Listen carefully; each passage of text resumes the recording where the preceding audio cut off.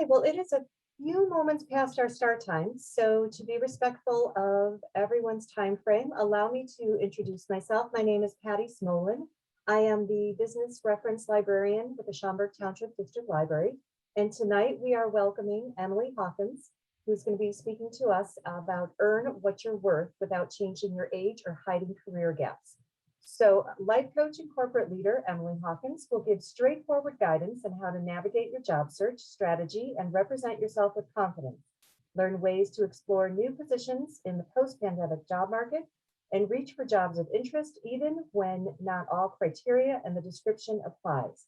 Discover how to give due credit to your experience and skills when applying for a new position and learn to negotiate salary and other compensation and perks. So this program will also be recorded and will be available on the library's YouTube channel. I do want to make mention that there are many different sources, both in print and e-sources, that are available with the Schaumburg Library.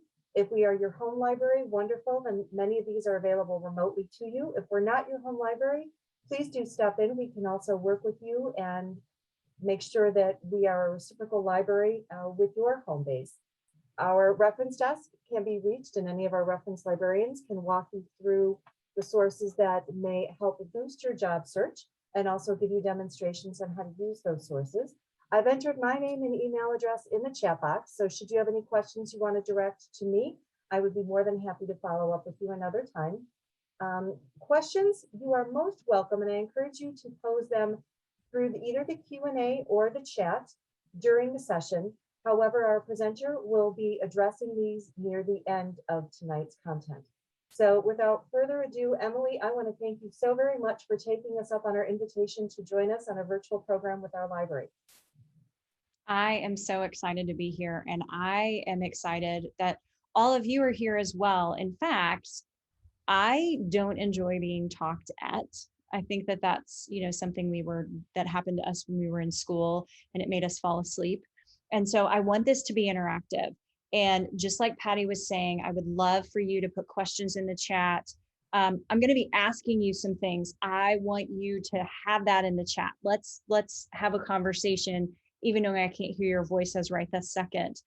And any questions you have, I'm an open book. I want to walk through things with you because it is my duty and my privilege to be here to help you earn what you're worth and show you that you have everything you need right at your fingertips. So let's get started. So I'm going to show you, I have this big giant promise for you. I'm going to show you how you can make the ultimate shift from struggling to make more, feeling stretched too thin, feeling uncertain of what you should be doing, to confidently make what you're worth. Yes, big promise here. But in order to do that, I need you to help me out. And the best way to do this is for us to focus. I love my phone. I love email and all the chat and all the things, but let's turn all of that off if we can, so that we can stay focused on this topic.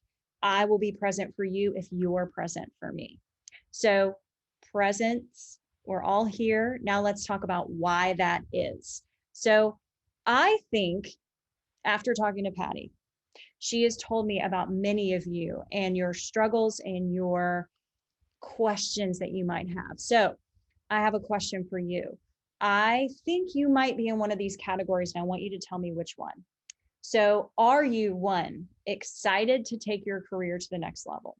Or are you ready to leave behind maybe unemployment or an underpaying role or a bad boss potentially? Or you are here because you just want to make sure you're doing everything right because you're just ready to make more.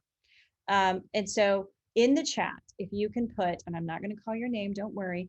Can you put either 1, 2, 3? All right, I see a 1, excited to take your career to the next level. You want to make sure you're doing it right. These are great answers, guys.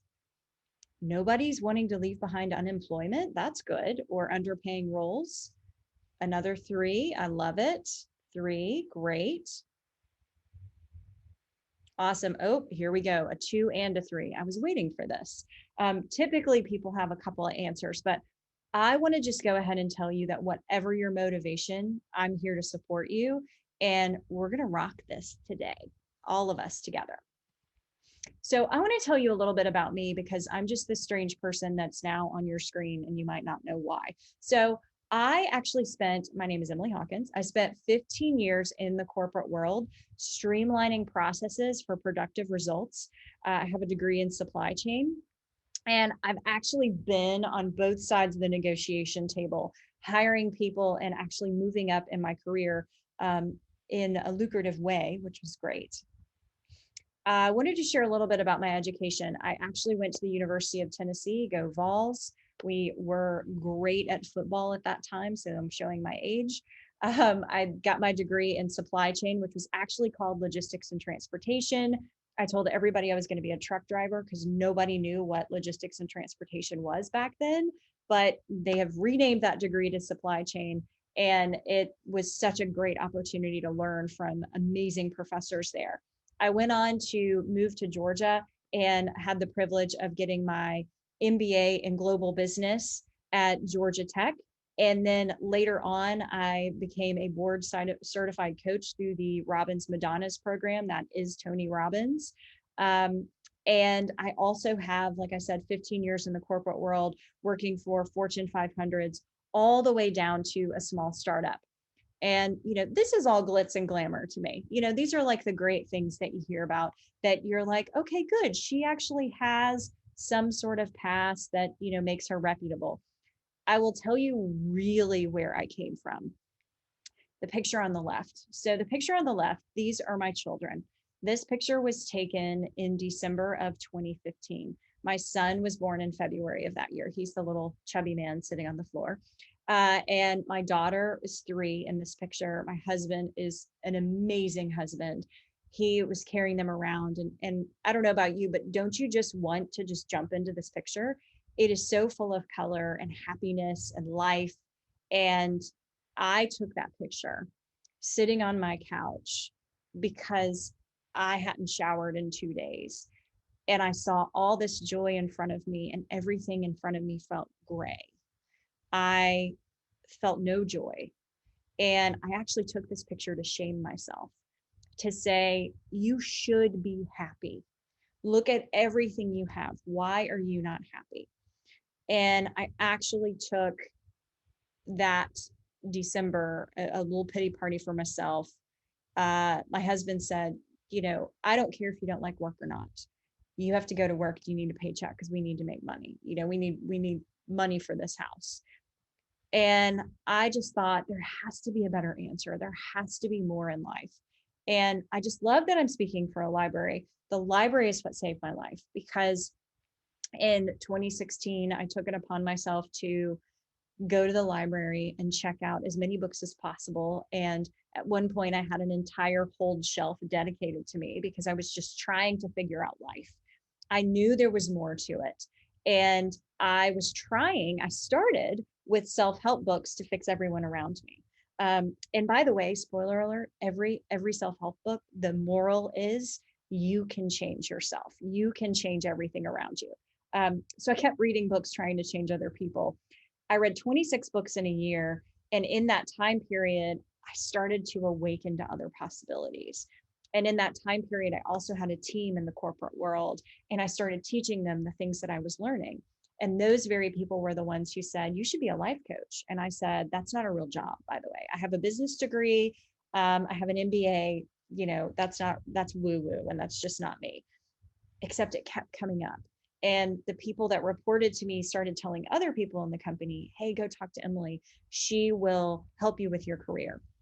And I started to get this following in my company, but it felt kind of disingenuous because I was in supply chain and I was basically doing mentoring for people.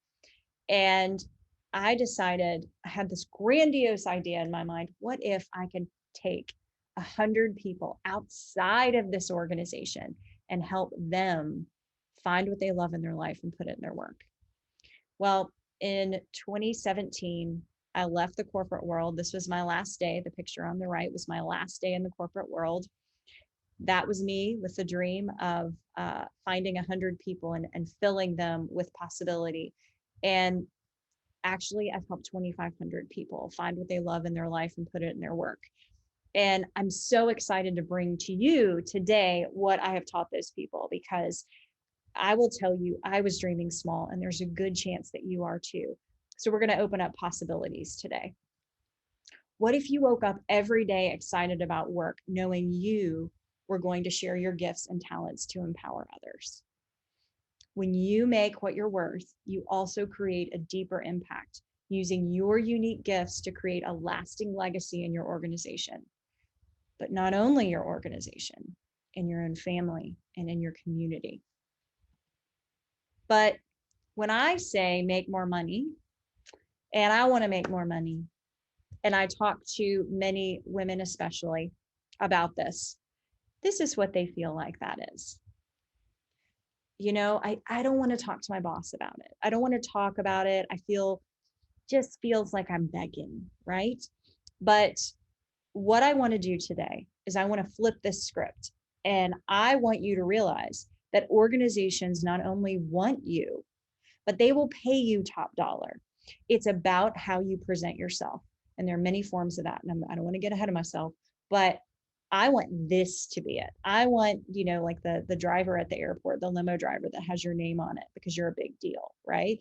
That is what you should have. I want people wanting you and not feeling like you're begging.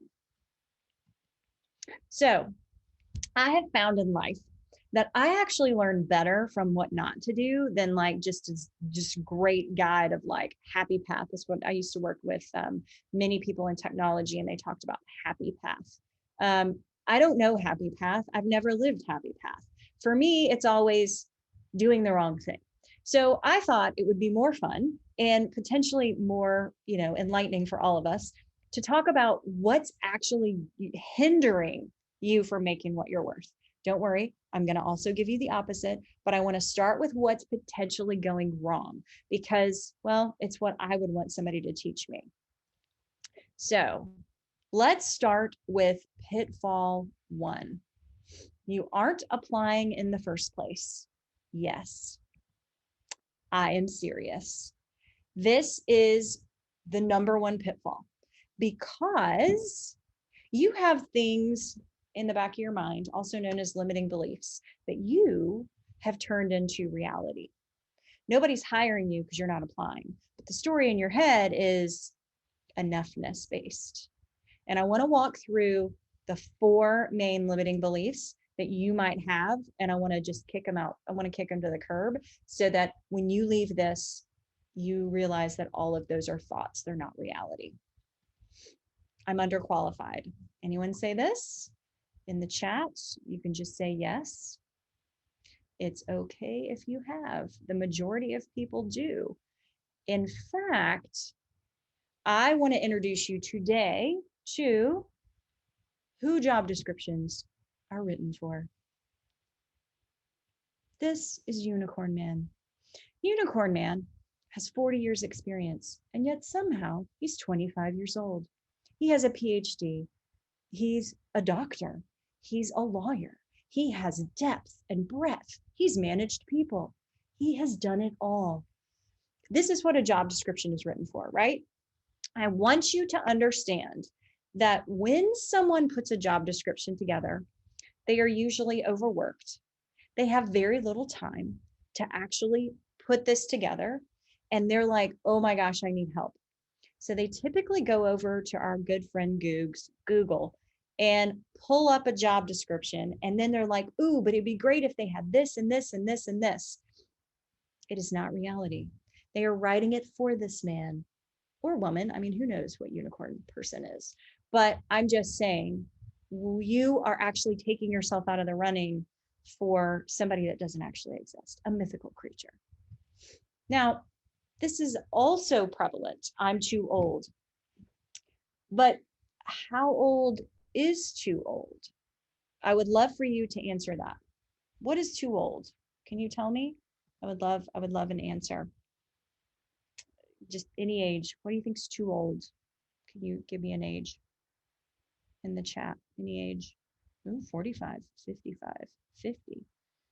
Ooh, okay. All right. 55, 50. Okay.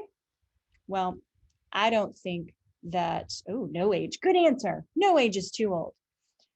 So I want to introduce you to this guy. I don't know if you know who Stephen Covey is, but he wrote the book, The 7 Habits of Highly Effective People. He wrote this book when he was 55. Oops, too old, right? He wrote this book when he was too old. It became one of the best sellers of all time. And what if he had not written this book? Then the world would be robbed of this amazing piece of work that people use every single day, even to this day. Now, maybe this isn't relatable, right? Because you're not writing books. So what about this guy? You guys know who this is? This is Yoda, right? I feel like we all know Yoda. If not, he is a Star Wars character. He's a big deal. He's very smart. That's all you really need to know. He's very old though, right? So let's say for a second that he showed up at your door, which would be kind of cool. So he shows up at your door and he says, I'm looking for a job. Well, my question to you is, would you hire Yoda? Would you hire Yoda? My answer is yes. You know why? Because I know his value. I know that if Yoda works for me, I'm going to learn the Jedi mind tricks, which, by the way, are confidence and trusting your gut. Like, that's really what Star Wars is all about, right? He's 900 years old. I would hire someone who is 900 years old because I understand their value. If you're hiding behind your age, which a lot of us do, you are forgetting the gifts and talents that you have gathered over the years. Lead with those things. Lead with how you can help others and not with how old you are, because age really doesn't matter. I've met some incredibly smart 20-year-olds, and I've met some incredibly smart 80-year-olds. So it's really just a number. It's about the value that you bring. All right, maybe this is the limiting belief that you have. I would love to see in the chat if this is something that you have said, I'll never find better compensation than I have right now. If this is you, this is okay. This is incredibly normal. I call this golden handcuffs. And the reason I call it golden handcuffs is you're sitting there with a job that pays you and you don't really do a lot because you've been there for so long that you're like, I got this. I know this job. Probably get some health benefits, always good. Maybe a 401k, maybe some sort of retirement. Whoever just said, nope, I can make more, we are now best friends. Love that attitude. I firmly believe that wherever you are right now, you probably have tapped out. So why not look elsewhere? And right now, this is the market, my friends. This is totally the market to do this. But do not limit yourself to what you're making now. This is just a story you're telling yourself. You can definitely make more. I've worked with so many clients that were in incredibly lucrative roles that went on to make 15 and 20% more in their next role. Now, maybe this is what you're saying. COVID ruined my career, also known as I got let go. I have a gap now. I haven't worked in a year. When you've worked with 2,500 people, you have heard every story. And this is definitely one of them. And I'm not going to share a million stories with you of clients, but it was important to me to show you this. These are the amazing people that within 6 months of COVID hitting started working with me. Majority of them were unemployed and all gainfully employed in the year of 2020 with gaps. This is just a small fraction of the people that I worked with in that time period. But these were the badasses, the warriors, if you will, because they started working with me around the time that the world stopped and jobs went away. And they just took the bull by the horns and they did it. And, like I said, some of these people had gaps. I'm still working with people with gaps. And the market is so forgiving of that. COVID is a beautiful thing because gaps are now completely normal. So you don't have to worry about that. So now that we've let go of our limiting beliefs, that's right. In 7 slides, we're now done with that. But I do hope that in those first slides, you do realize that these are all normal thoughts. We all feel them. They are normal, but they are not true unless you make them be. So pitfall number one is you aren't applying enough, so you're going to apply anyway. So pitfall number two is you think that the value starts at the offer. I hear this a lot where people are like, when do I negotiate? When do I negotiate for my salary? And what I will tell you is it starts here at the resume.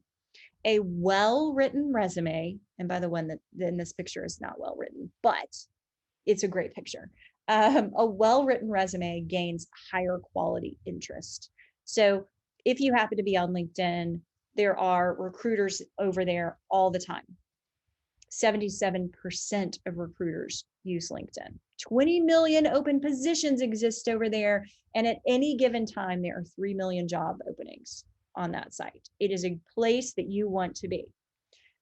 But if you have a shoddy resume and LinkedIn profile, you are going to attract the scammy offers. So you want to make sure that you have everything put together.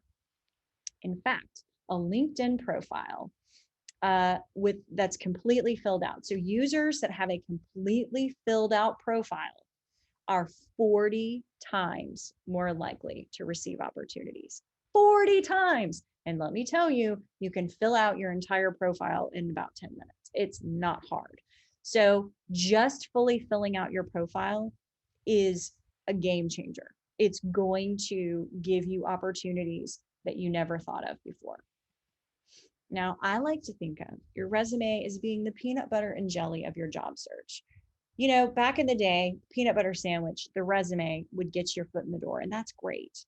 But LinkedIn has the ability to make this job search that much sweeter. So I enjoy this analogy. I hope you do as well. But they really are the peanut butter and jelly of your job search. They are the thing that will get you the best results when used together cohesively. So what does that mean exactly? So let's talk about peanut butter jelly time. If you have not heard the song Peanut Butter Jelly Time, my children love it. You should definitely go out to YouTube and, search Peanut Butter Jelly Time. It's a great little song. But anyway, I want you to look at these. They really are hand in hand with one another. So you're going to notice several things that are the same. Your resume and your LinkedIn profile need keywords. Don't get freaked out by a keyword. Let me just give you a little hint on keywords. Keywords are just words that are in the job description that you are applying to. And you don't really need to change them around a lot because you should be applying to the same types of roles. So those keywords are going to be real simple. So just FYI, you need keywords in both places because LinkedIn is a search engine in and of itself. A lot of people forget that. So you want to make sure that you have those keywords. Now, on that resume, you want to be concise. I would say be concise on LinkedIn. Don't tell your life story in the summary. That's a little intense. But on your resume, it's key to be powerful yet concise and results driven. Results driven needs to be in both places. What does results driven mean?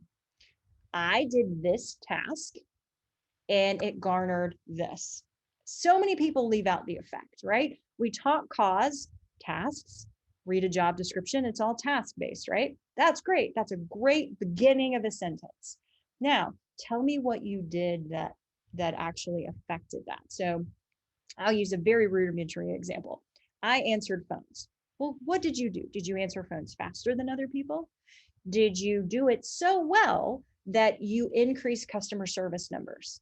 And management saw that. So you created training and trained others on how to answer phones as fast as you. That's right. We're talking about answering a phone, and we just came up with like 3 bullet points for the resume and the LinkedIn profile that are results driven. It's not just about doing a job. It's about the effect that you had, your secret sauce. This is how you make more money. You share your secret sauce. Now, the resume has to be ATS compliant. I don't know if you know anything about ATS. It's applicant tracking system compliant. Just a fancy word for a computer system that pretty much every company has because they don't want to read 1,000 resumes. They feed your resume through it And then if it fits the words and all the things, then it actually gets to be read by a human being. That's all that means. For LinkedIn, that summary is important, but what I would say is it's got to be concise and it should also be results driven. If your summary is not filled out, after this, I actually have two things I want you to do. Fill out the summary because it's really a game changer with what makes you special, your secret sauce. But I also want you to make sure that your profile picture is public. I am blown away with how many people either do not have a photo at all or their profile picture is not public. So in your profile, you can actually go to the privacy settings and you can just check to make sure that your profile is public. You are not putting personal information on there. I would not recommend home addresses. I would not recommend social security numbers, right? We're not sharing these things with the world. We are sharing our value, and our value should be public. So I really recommend your entire profile being public, but definitely your picture. Because if a recruiter comes along and sees that your picture either is non-existent or isn't available, well, they're not going to contact you because now they have questions. Why is that? Some people do that to hide their age. Eventually, they're going to find out how old you are. Let it be known. All right. So we've talked about these two written pieces. Now let's talk about the next piece that actually makes you money, how you speak, right? Because nobody in the history of the world has ever been hired based off of a resume. And if you have hired somebody that way, I'm sure it did not work out. That's a recipe for disaster. What I would rather you do is go into an interview and powerfully share your abilities with the person sitting across from you. I think it would be really great, by the way, if you could get like ESPN worthy music. They have the best, or even Disney music, right? They have this great mood music, and take that music with you. I'm kidding. Please don't do that. I actually mean that secret sauce that you talked about in your written word. I want you to bring that over here. I want you to bring it over here and bring it to the interview. And how you're going to do that is you're going to tell stories. I know this sounds so basic, but it really does make a difference. So if I said to you, I'm going to share with you a bullet pointed list of things. Well, you're here and that's very kind. But I know I grew up in the library. I remember as a child, we had this cardboard castle at my local library. And that's where story time was held. And I remember sitting, hearing that I was going to story time and thinking, oh my gosh, I get to go sit in the castle and have a story read to me. It entertained me. To this day, when somebody says, I'm going to tell you a story, I am 4 years old getting in that cardboard castle in the library. When you share a story, it doesn't just entertain people, though. It shares so much more information. Think about it. If somebody said, what is your greatest strength? And you just say, I'm very detail oriented. I know nothing about you, right? But if you tell me about a time that you were detail oriented and the effect it had on the people, the brand, the experience, all of a sudden you answered the question, but you went the extra mile and you shared a real life example so that person can feel like they're working with you. All right. Pitfall number 3. You have FOMO. Does anybody know what FOMO is? It's fear of missing out. And you're probably thinking like, what? I don't understand this. Well, I'm telling you what's happening is FOMO happens where you're worried that you're missing out on opportunities. So you put everything but the kitchen sink on your resume. You tell everybody everything, all the things, right? I'm in project management and operations, and I've worked in accounting, and I've managed an office, and I've done all these things. And now you've just got like this big heap of words, and nobody knows where you fit. And recruiters skim resumes for less than 6 seconds. And this is not a typo, actually 6 seconds. If you have that giant jumble of experiences with no through line or no shot that you're calling, is what I'll say, they're going to just skim you right over, right? And I want to go back to that ATS system. When you have this jumble of words and no cohesiveness with it, no storyline, no through line of why you, why now, all the things, and one position. Well, you're going to be one of those 50%. So half of the applicants that are taken out of the running for a role because there's no focus on there. Being all things to all people is exhausting. Save your energy and just be yourself. So I really want us all actually right now to be Babe Ruth. And the reason I want us to be Babe Ruth is because that man had confidence and he would stroll up to bat and point his bat in the outfield. And he'd call his shot. He'd say, I'm going to hit it down the first base line, the third base line, the outfield. I'm hitting a home run and you just watch me. Now, did he always hit a home run? No. He had one of the most walks actually in the league, I believe. I believe this is correct. But he called his shot. So in the chat, I want you to call your shot. If life was limitless, what job title would you want? Right now, put it in the chat. What job title would you want?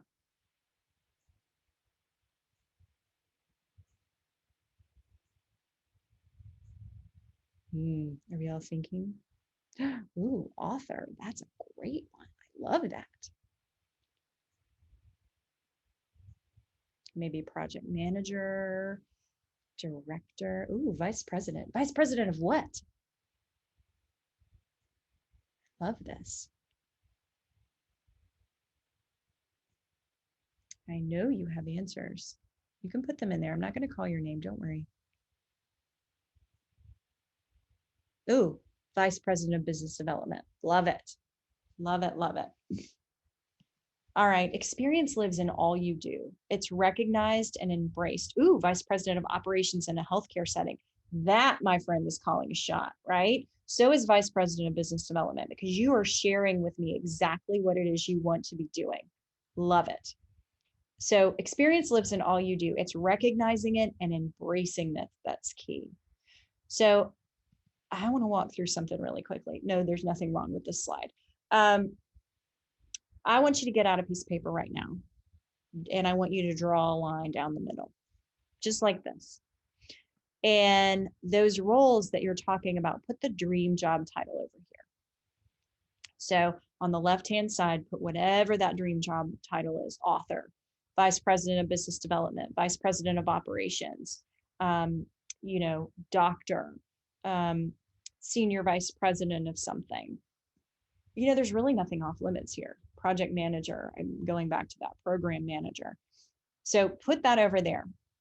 Now, what I want you to do is, I want you to list out all the qualifications that that job requires. I want you to go big with this, right? So anything you can think of, for instance, vice president of business development, what would be a qualification? What would be something that that person had to have? What would be written in that? An MBA. I love that. Okay. How about experience level things, right? What kind of experience would it be? Managing people? Would it be managing budgets? Would it be, having to cross-functionally direct different organizations? So think of those things and write those things down. I'm giving you time to do this because I want you to do it real time because I know you, because you're probably like me. I'm going to give you this. You might watch this and say, I'll do this later. And then later turns into never. So we're doing this right now. So write those things down. I'm going to give you a minute to do that. And I want you to go big with it, right? MBA is fine, but write down actual tasks that you might need to do, right? Like, again, back to the budgets, building strategies, leading teams, what does that look like? All right. While I'm planting that seed and we're moving into that, I'm now going to move over here to your experience, because you might say MBA over here, but you don't have one, right? So then over here, you're like, oh, but I don't have that. Okay. What experience would an MBA, what experience do you have that would actually be in place of that?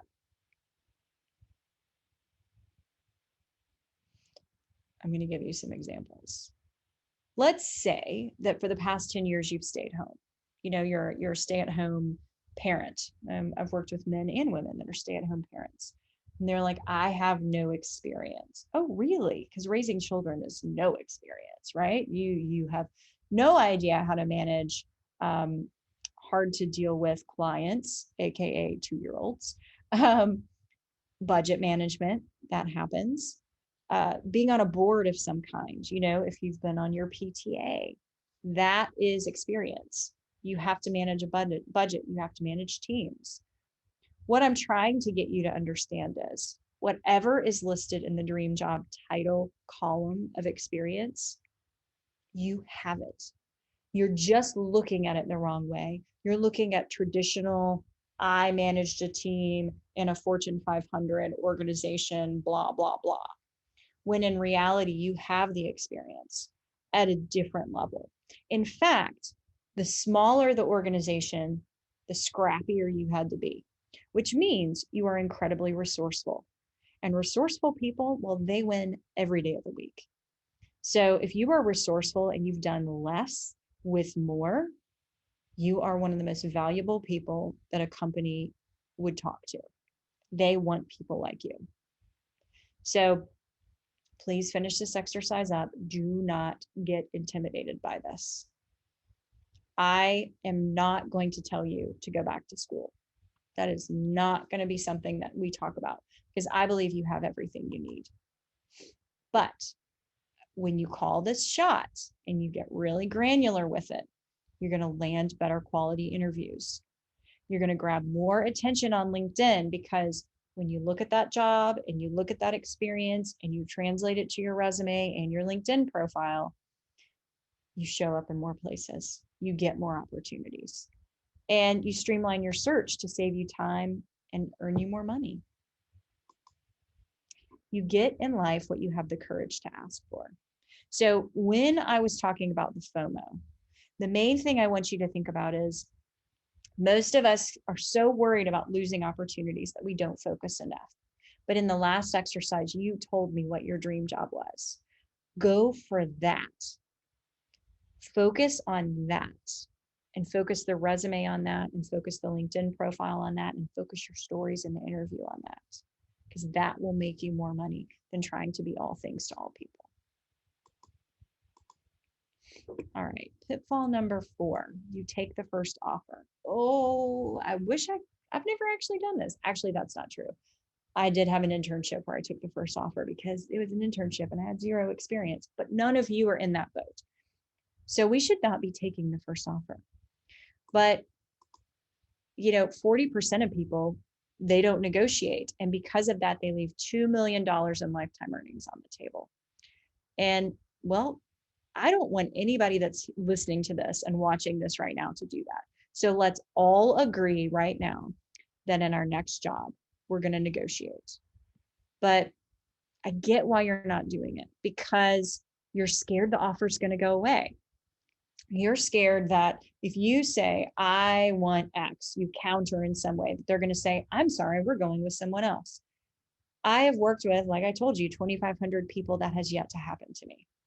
We counter all the time and rarely do they even turn it down. There's always room for that. The second one is maybe you're just a rules follower. I know I am usually a rules follower. So you just think that you're supposed to take the first offer and you're not supposed to negotiate. Well, I'm giving you the permission slip today to do that. And then the final one is you feel like maybe you're going to come off ungrateful. And what I will tell you is you're not going to come off ungrateful unless in your job offer, in your negotiation, they come back, they send you an offer and then you're like, actually, I'm looking for $2 million in a shoe contract. Probably, you would come off ungrateful. It's not, it's actually the opposite of what happens. Because if you think about it, think about great bosses that you've had, great leaders that you've had. What do they do all day long? They negotiate. They negotiate employment contracts. They negotiate vendor deals. They negotiate money for their budget, for their department. They negotiate all day long. So when you show up and negotiate in a classy and professional way, they are earmarking you for leadership roles, which is incredibly important. I also want you to think about this though. Negotiation happens not just on the salary. The picture on the right really always makes me want to just grab the pen and sign the contract, right? Somebody wants me. I love being wanted, but it's got to be for the right price, right? What I want you to think about is it's not just a salary. I like to call the salary your grocery money or your electricity bill or something like that, right? That's really what a salary is. It's your day-to-day expenses. But that offer, that same piece of paper that holds that grocery money, also holds your retirement. It holds your health care. It holds your time, your vacation time, your ability to flexibly work, whether that be from a different location or flexible scheduling, different hours, your ability to continue your education if that's something you want to do, and childcare. All of this is in that offer. Now, for different people, there are different things that are needed here. So remember that though. One thing I will tell you while we're on this slide is one of the easiest things to negotiate is vacation. And what I would tell you is it costs companies basically nothing. Many companies are moving to limitless vacation, which is amazing, right? Unlimited vacation is phenomenal. Vacation, you can pretty much always negotiate because it doesn't cost the company anything. And all they will say is no, they're not going to turn down the offer in general. So I just want you to remember that it's not just the dollar amount that's on there. Bonuses are also on there, and that's something to think about as well. The bottom line is anyone can earn what they're worth with the skills they already have. So the 4 pitfalls to avoid that we've talked about are: don't take yourself out of the running. Apply because you're enough. Don't throw everything but the kitchen sink into your resume, making it hard for companies to know where you fit. Be clear. Don't assume that value starts at the negotiation table. Every step of the way matters. And don't feel like you have to take the first offer. Negotiate for what you're worth. If you're going to settle, settle for more. Now, I intentionally did a very short presentation here because this is very simple. This is not something that you need 2 hours to learn. What I would rather spend the rest of our time on is helping you negotiate for what you're worth. So I want to look at the questions. Oh, can I go back to the last slide? Which slide? The slide before this one? Oops. This one? Let me pull this back up. This one? If you're going to settle, settle for more. This one? Or the one before this.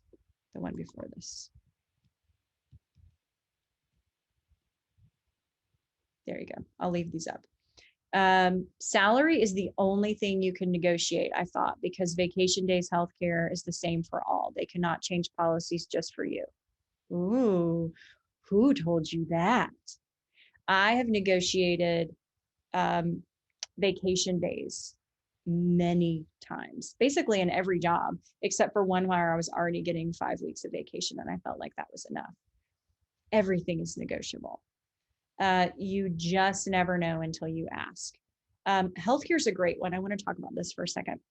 I worked with a gentleman who, this is just props to Google. Google, I'm sorry, you have me, you will always have me because of this interaction.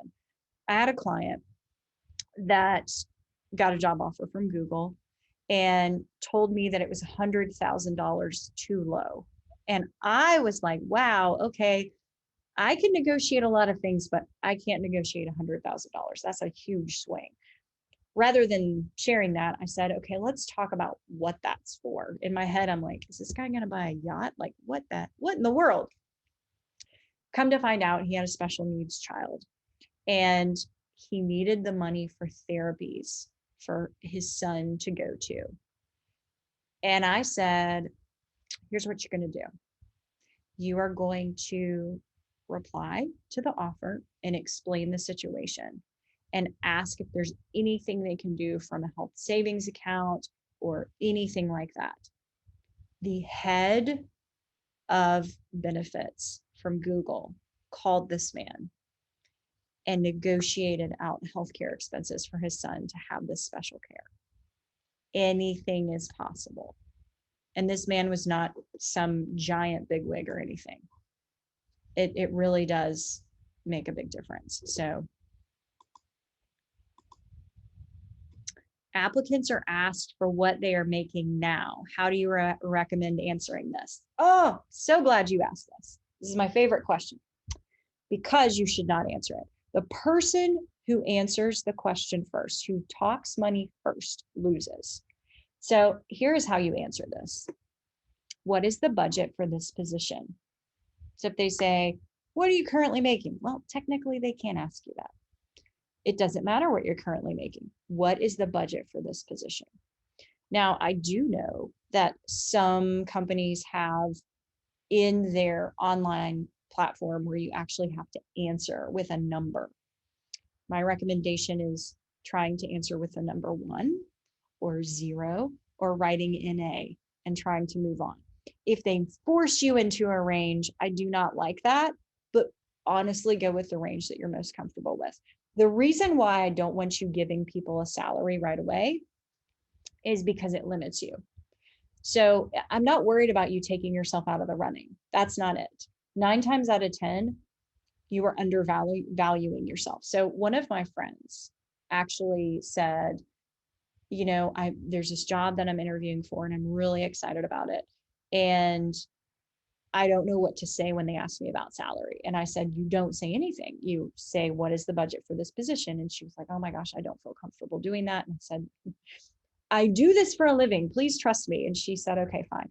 I got a text from her about 30 minutes later. And she said the role was $30,000 more than she would have said just by asking versus they brought it up. And then she said, what is the budget for this position? So it ended up being a really great thing. Oh, and Patty is putting in the current labor laws in Illinois, which is great. I love that. I love that. That's amazing. It should not matter what you are currently making. I want you to know that you should never share that. If you possibly can, do not share what you currently make because it has no bearing on the role that you're applying to. The role you're applying to is a different company. It's potentially, and I hope it's a higher level position. Something else that you may be missing out on is you're applying to roles that you've already done. So women typically apply for roles that they meet 100% of the qualifications for, where men are like between 40 and 60%. And so I want you to know, back to the unicorn man, right? That you need to be applying for roles that feel a little bit uncomfortable, which means the salaries are going to be greater, which means you end up making more. Can you please share the slide just prior to Babe Ruth? Sure, let's go back to that.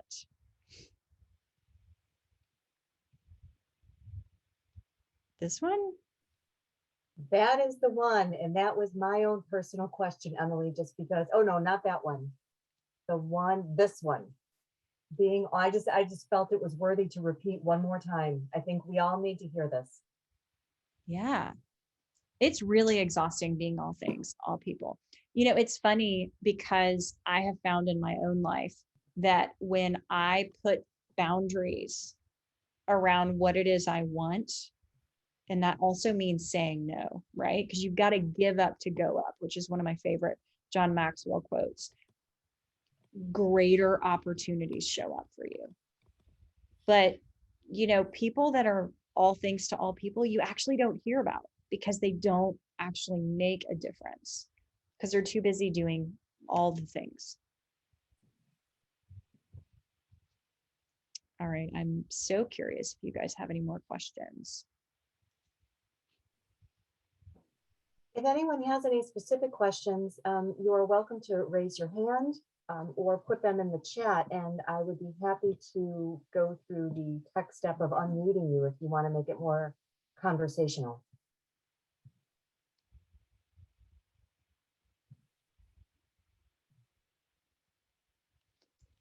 quiet group.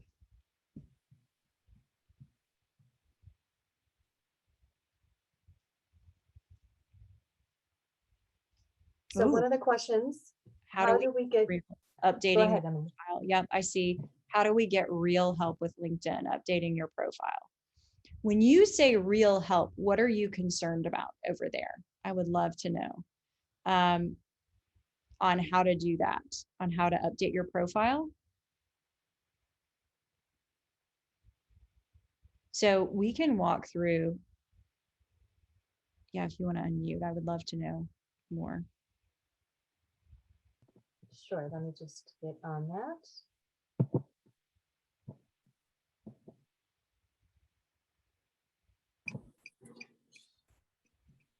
Yesenia, if you would like, Hi. Hi. Yeah. Hi. So this is my question. I Mhm. recently did actually switch jobs. I'm in a project manager in the software industry. And I feel like I took the job just 'cause it was a reference. So one of my friends is a manager there. And she offered me the job, and it definitely was more money. But as I update my LinkedIn, because I actually work for an HR software company now, and one of the directors recommended that I load my picture, just like you're telling us to, and to get more connections. And that's what I've done the last few weeks. I've been at that new position for about 3 weeks. I still find it overwhelming because I still don't know the right way to update my profile. I've added more, but I agree with what you're saying. Just you can't list everything that you know how to do, right? It's Mhm. more your strengths, but I still find it somehow I'm afraid to update my profile. Like I find it challenging. So I Okay, guess that's what I'm asking. I love it. I love it. Okay, so picture, huge, really important. Under your name, put what you do. So it doesn't matter where you work necessarily. I really like three. Three lands really well. So, project manager, strategy, something like that, leadership, something like that. So right under your name, we know what you do. We know the value you bring. Okay. Your summary, if somebody were to hire you, what value do you bring to an organization? You know, passionately, leading teams that solve robust technical issues. I'm making this up, but like, tell me what you do. Make it easy for people to understand what that is. That's Okay. really what that summary is. And then you're going to list all the jobs you've ever had, but this is real easy. You're only going to put bullets under the last 10 years. Because anytime before that, it's nice that the job is there, but it's really not relevant anymore in terms of technology and all the things, right? Okay. And then when loading your resume or updating your resume, I should say, are we just a lot of resumes have like a direct objective? Are we just making it general, just with the skills that we can offer or that we have? I hate objectives. Do not use an objective. You're going Okay. to look at your LinkedIn profile summary and you're going to use what's in that summary. It's a Okay. value statement, right? You want to future pace. So you want people to know if you start at an organization, what is it you're going to bring to them? You're going to save them money. You're going to save them time. You're going to organize chaos. What is it you're going to do? That's Okay. what your summary should be. And that's what your summary on your resume should be. I like to think of it as a value statement. Okay. Thank you. That helps. Welcome. Good. Good. And then make sure you've listed all your schools. Mhm. Um, a very simple thing on LinkedIn is just to make sure when you're listing your companies that the picture of those companies actually pops up. So when you're typing in, I'm using Google again as an example, Mhm. Google, a picture will pop up. So it will link you to the Google LinkedIn profile, which is important. So it just shows a level of thoroughness. Now, if you've worked for companies that are very small or no longer in business, don't have, LinkedIn profiles, it's totally fine that there is no picture, but just try if you can to make sure that there's a picture. Okay. Is there a limit as far as connections? I really only had like 32 connections. Now I'm up to 150. And my HR director said that usually, as far as when somebody's searching or recruiters are searching, you should have at least 200 plus Should have 500 plus. 500. 500 plus will get you your name in the hat. Okay. The limit of how many connections you have is somewhere between 5 and 6,000. So you're good. You got a while. I want you to think about everyone you know. And the reason is because loose ties are where the majority of our jobs come from. So a friend of a neighbor, something like that. That's actually where most connections come from. I want you to connect with everybody. I want you to connect with your garbage man. I want you to connect with everybody because you just never know where opportunities come. And the greatest thing that's happening right now, I'm seeing a lot of, is those connections are sharing opportunities in their companies. And then all of a sudden you see them and you can apply. Okay, thank you. You're welcome. These are great questions. Great questions. Deb, I find salary negotiations difficult. How would you walk through a typical negotiation for optimal results?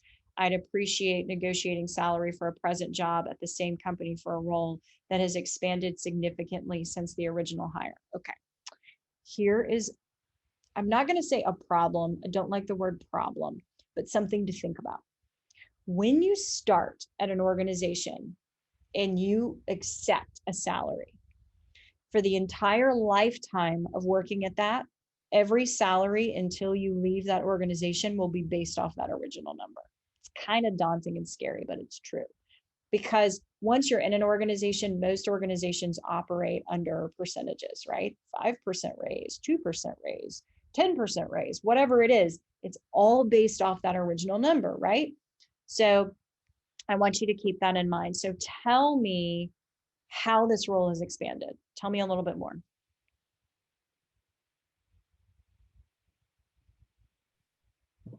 Deb, I've unmuted you if you would like to respond verbally. And Deb, you can unmute yourself. I would love to know more. I have taken on a lot more responsibility and a lot of additional tasks. Okay. So tell me a little bit more. Like I began as a contract manager and it's expanded into intellectual property, corporate governance, and other areas outside contract management. And now I'm no longer managing contracts. I'm actually negotiating them and finalizing them with the customer. Okay, here's what I want you to do. I want you to go out on, you can go to salary.com. You can just Google it, but look up jobs in your area with the job title that you believe you now hold because of all the additional work that you're doing. Okay. And just make sure that you have the fair market value for what that is in your area. Now, let's say it's like 20,000 more than you're making. This actually happened to somebody I worked with. She worked under me and this is what we did. We printed that out and we took it to HR and we said we needed a market adjustment, a fair market adjustment for the role. And she got it because we had the hard data. Okay. So that's the easiest thing you can do. Let's say that the number isn't grossly overstated. Well, how much more do you think you need to be making? Is it 10,000? Is it 20,000? And what are you doing that warrants that? And what I mean by that is it's not just the tasks, it's the value you're bringing to that. Just like I was saying before, those cause and effect bullets, they matter here too, right? You're negotiating contracts to save the company money, save the company time, utilize resources, all the things. So make sure that you're doing that as well. Okay. I wish you luck. That's amazing. Good for you. This is Patty. I just wanted to let you know in the chat, another source you might want to just to use as a base, Occupational Outlook by the BLS, the Bureau of Labor Statistics, produces this, and it'll have job titles, and then it should also have geographic location. So in addition to salary.com and Glassdoor, you can also identify what the ranges are and what others are getting paid in your particular field. Also, there are some print resources with Schaumburg Digital Library or your local library that would have some of that information too, just to, and we do have patrons that come in and ask for this information to substantiate when they're applying for a new position, how to negotiate, or if they're negotiating for a promotion or a raise. Awesome. Thank you. And this is why I love libraries. They are here to help us. Yeah. I love it. I don't work on commission either. What you should. Emily, I think that you have an anonymous attendee question. Yes, I was just looking at that. If applying for a job through a recruiting company, then they take a cut. That's true. They take a percentage. It wouldn't be anything you would see, by the way. So if I'm making this up, but you got a job for $50,000, you get all $50,000. The company is then just paying a fee, a percentage fee on the other side. It does not affect your specific salary. If you wait till you get accepted by the client, then it is okay to ask the recruiting company to increase the rate on their end instead of asking the client. This is an interesting question. If you are going through a recruiting company, you probably need to go through the recruiter. But if you're talking to the direct hiring manager, which I have actually, recruiters have contacted me. I've gone to companies and negotiated salaries. The recruiting company was not involved in the negotiation of the salary. So whoever your boss is going to be, you can do that negotiation there. You should not have to worry about the recruiting company itself. They're going to get paid. They found you. It's a finder's fee, really, but you shouldn't have to worry about that. I hope that was helpful.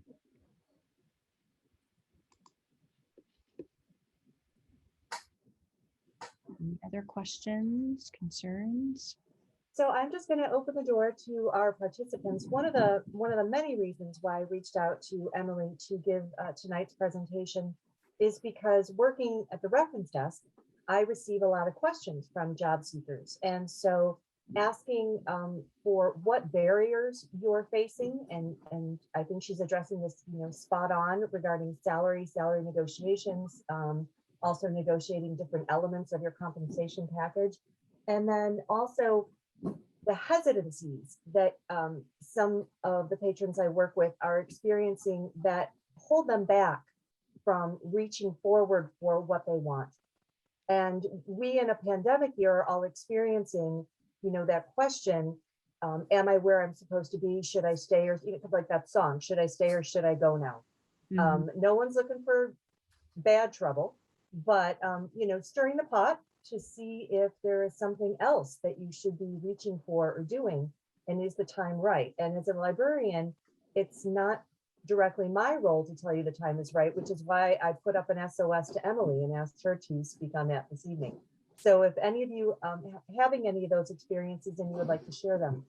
And to the attendee that wants to, you cannot unmute yourself, but if you identify who you are directly to me in the participant list, I can request that you're unmuted. You can go and do a chat just to me, and I would be happy to unmute you if you would like.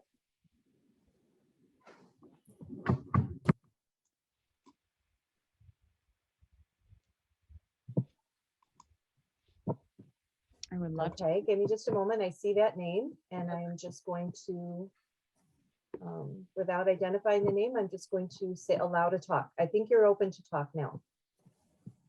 Hi, thank you, Emily. I just had a question. Say for, in my situation, I applied for a job through a recruiting company because it was a contract job for a set period of time. It was not a permanent position. Mm-hmm. And so they are the recruiting company at the very outset, they tell the candidate, okay, are you okay with, because they give you a rate, per hour rate. So they told me, okay, this is going to be the per hour rate. Are you okay with this? I said fine. And then I went, they sent me to the client where they had the interview and everything.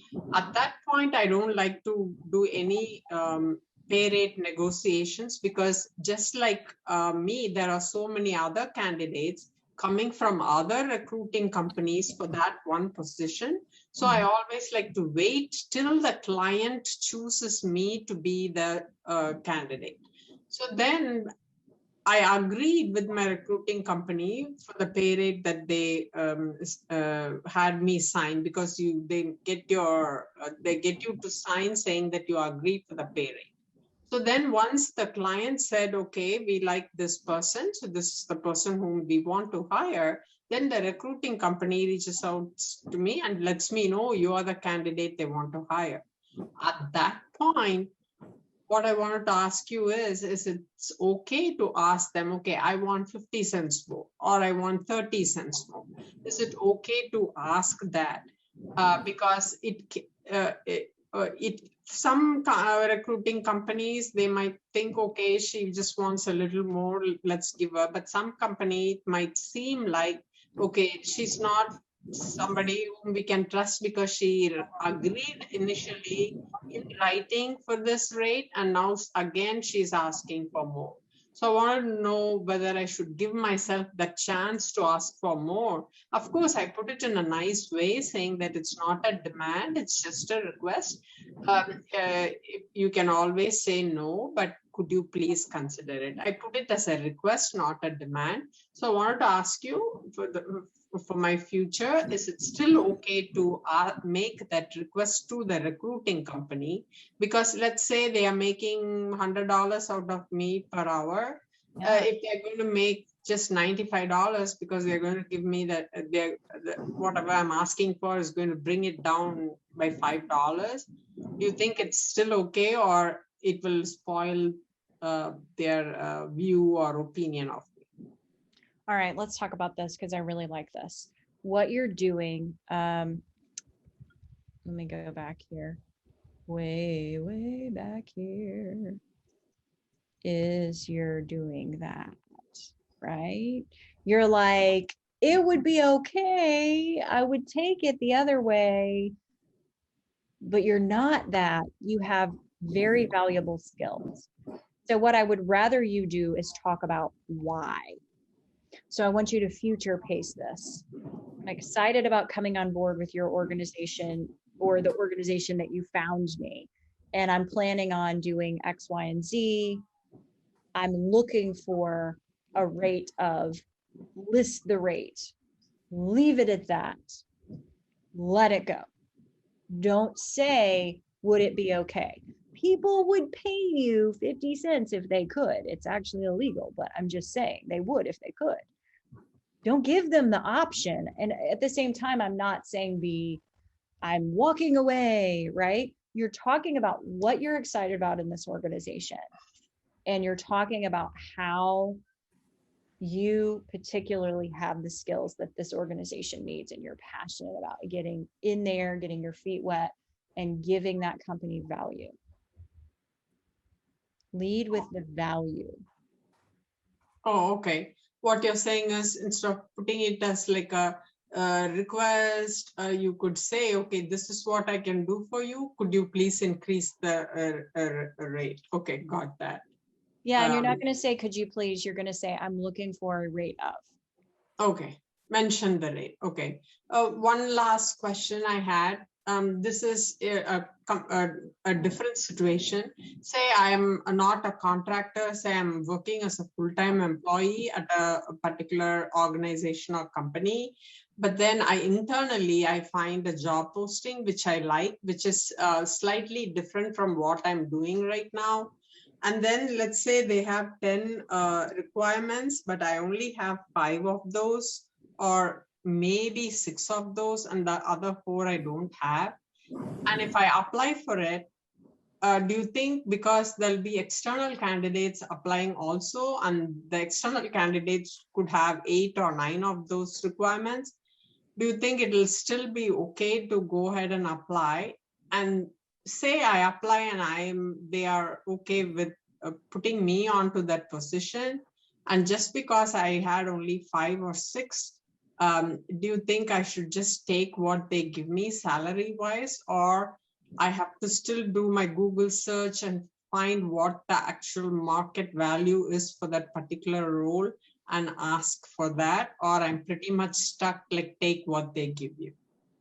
Oh my gosh, I love you because this is so real and so many people feel this way. So first and foremost, I have a math problem for you. How many job offers are you going to get when you don't apply? 0. Yeah. So you're going to apply. You're going to apply to all the things that interest you. If you have 2 of the 7 things, if you have 7 of the 7 things, it doesn't matter. If you are excited about the opportunity, apply to it. I would much rather get a rejection note than always wonder if I really could have gotten the role. So always, always, always apply. Plus, I want you to think about, I want you to know that they're looking for people that don't actually have all of it, because it shows that you're going to be excited about the role. It's going to be challenging to you. If you met all the requirements, they actually don't want you because you're going to get bored. So you are the perfect person for this. And yes, you're still going to negotiate. Always, always, always. I want you to look up the salaries and know that your skills are valuable. Know that what you are going to bring to this organization is valuable. Now, again, I'm not saying $2 million in a shoe contract, right? We're talking small little wins. It could be $1,000 more. It could be, most of my clients get about 15,000 more than they originally thought was possible. It's all possible. So don't downplay that. You're incredibly valuable. Okay. Thank you. You're welcome. All right. These are such great questions. You guys brought it. I love it. Anything else? Well, Emily, until we have other questions, is there any information as far as contacting you and your services for our patrons if they're interested in developing more or learning more? Yeah, my email, actually not my email. Well, I guess you could email me, but my website is at the bottom. It's Emily Hawkins, the number 4, the letter U. If you go out to my site, I actually have some freebies out there for you. Some interview plans, some things you can do before the interview, a networking guide. There's all sorts of things. I have a podcast called the Leadership Playbook that is available on basically every platform. That comes out every single week. And I also have a treasure trove of information on my blog. If you're interested, I do have a course where I actually walk you through all this. And that's something you can actually view more of on my site. But there are tons of free resources over there. There's no reason to necessarily invest with me unless you really want to, but you don't have to. I try to give as much free content as I possibly can. Well, as a plug to LinkedIn, I will let all of our attendees know that is how I was able to find Emily Hawkins and her blog postings and all of the content that led me to ask for permission from my library to invite her to speak tonight. And I couldn't be happier. I'm so glad that your dance card was free and that you were able to say yes to us. So if you want to find her on LinkedIn and also take a look at her site, please do read the blog postings. I just find them to be of great value, and how I also address questions at the desk. Please note in the chat, I have also put a couple other reference books in print. One was Employment Hours and Earnings, States and Areas 2020. Our library has it, and perhaps I just give you the title in case you're looking at other libraries a little closer to where you might be. But I don't think we have any other questions. So I think this is a wrap. Emily, any future words to send us off with? Call your shot. I like that one. Yes. Apply. My favorite thing is that everybody's talking about, should I do? Always apply. I think that Susan Sarandon actually said that every time she got rejected, she would take herself out to dinner and order champagne because it meant the universe was opening up something even better for her. And I love this because rejection is a beautiful gift because it means you tried and you put yourself out there. It's the same with negotiating. If they say no, at least you know. So I'm so excited that you guys joined. I'm so excited that you care. And I really hope that all of this was helpful for you. Well, it's very appreciated from our library and our community. So thank you all for taking the time to attend tonight. And Emily, thank you so very much for being here. Thank you. It was great. Good night, everyone.